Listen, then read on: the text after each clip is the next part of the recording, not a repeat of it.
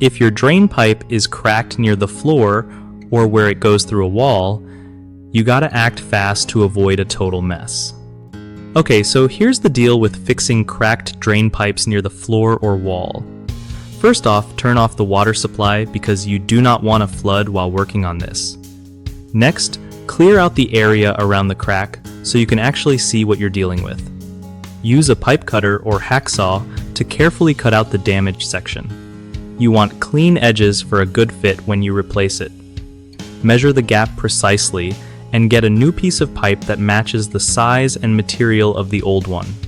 Grab some couplings or connectors designed for your pipe type. These help join the new piece without leaks. Apply plumber's tape or sealant on the connectors to make sure everything is watertight.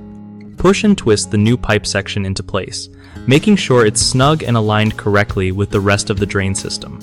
Finally, turn the water back on slowly and check for any drips or leaks to catch problems early. One of the biggest mistakes people make with cracked drain pipe repairs near walls or floors is skipping the proper cut. If your edges are jagged or uneven, it won't seal right and you'll have leaks.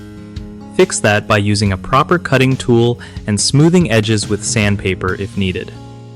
Another common issue is not turning off the water supply before starting repairs, which can cause a water mess. Always shut off valves first. Lastly, using the wrong type or size of replacement pipe or connectors leads to weak joints that fail fast. Double check your pipe specs and buy exactly what you need for a secure fix. BigHomeProjects.com is super helpful for homeowners who want to find trusted local contractors without all the hassle. It also helps contractors get solid work by connecting them with people in their area who need home fixes or improvements.